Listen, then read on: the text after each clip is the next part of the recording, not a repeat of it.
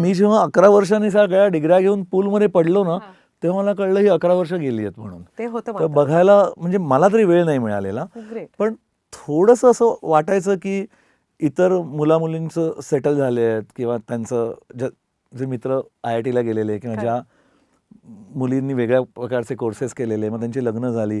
मग आता वर्गातल्या शाळेतल्या मुलींची लग्न झाल्यावर, त्यांना मुलं झाल्यावर मला नक्कीच वाईट वाटलेलं त्यावेळेला. तो भाग वेगळा आहे, तो हार्डवर्कचा आणि ह्याचा सगळा भाग नाही आहे, तो इमोशनल भाग आहे. पण कमिंग बॅक त्या 11 वर्षात तेव्हा वाटायचं की अरे लोक खूप पुढे गेली आहेत. ह्या गोष्टी मला बाहेर आल्यावर वाटायला लागल्या की 11 वर्ष त्यावेळेला त्या फेजमध्ये नाही, मला नाही कळल्या, लोकांना कळत असेल. मी ना झापड लावलेल्या घोड्यासारखा होतो. पण दॅट इज व्हॉट वर्कड. हां, दॅट इज व्हॉट वर्कड. आणि तसं मला माझ्या आईने ट्रेन केलेलं की अभंग आपल्याला हेच करायचं आहे, आपल्याला शिक्षणच घ्यायचं आहे, आपल्याला अभ्यासच करायचा आहे, तुला त्याच्याशिवाय गत्यंतरच नाही आहे, नाहीतर आपण पुढेच येऊ शकणार नाही. कारण आपण निगेटिव्हमधून, नंबर लाईनच्या निगेटिव्हमधून आपल्याला शून्यात यायचं आहे. त्यामुळे तो विचार करायला नाही मिळाला. आता आपण सध्या फोकस म्हणतो ना, हां, तो सर्कमस्टान्सेसनी तुम्हाला दिला. हो, चांगलंच झालं. सर्कमस्टान्सेसने मिळाला. आणि अर्थातच आणि माझ्या आईची तशी शिकवणूक होती. म्हणजे she has not bombarded but she made me aware periodically की ही माझी जबाबदारी आहे.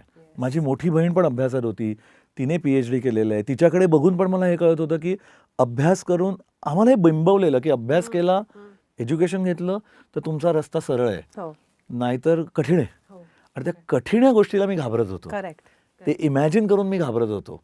आणि मग म्हणून अभ्यास केला. सर, तुम्हाला 10-11 वर्ष लागली साधारण 12वी नंतर, पण आता परिस्थिती खूप अवघड होत चालली आहे. आय वुड कॉल इट भयंकर. म्हणजे आता जर एखाद्या आवडत्या विषयात PG पोस्ट ग्रॅज्युएशन करायचं असेल तर माहिती नाही किती वर्ष लागणार आहेत ती सीट मिळायला. I am talking about a merit seat of course, कारण बरोबर आहे, can afford the payment seat. आणि सारिका, तू एक बोलतेस, एक लक्षात ठेव, आजकाल PG करून पण नाही आहे. म्हणजे MBBS झाला, 1-2 अटेम्प्ट नंतर त्याला PG मिळाली, त्याची 3 वर्ष गेली, एक AMOशिप करावी लागते, त्याच्यानंतर आजकाल सुपर स्पेशलायझेशन करावं लागतं. म्हणजे पूर्वीच्या काही इंटरनल मेडिसिन करणारा MD नंतर प्रॅक्टिस करत होता, मग तो कार्डिओलॉजी करत होता, डायबिटीस पण बघत होता. आता तसं नाही आहे. त्याच्यानंतर DMची एंट्रन्स, त्याचे 1-2 अटेम्प्ट, त्याची 3 वर्ष. म्हणजे मी जे 10-11 वर्षाचा वनवास किंवा काय तप किंवा काय जी साधना आहे, ती आता निश्चित 15 वर्षाच्या वर गेलेली आहे. एक्झॅक्टली माय पॉइंट.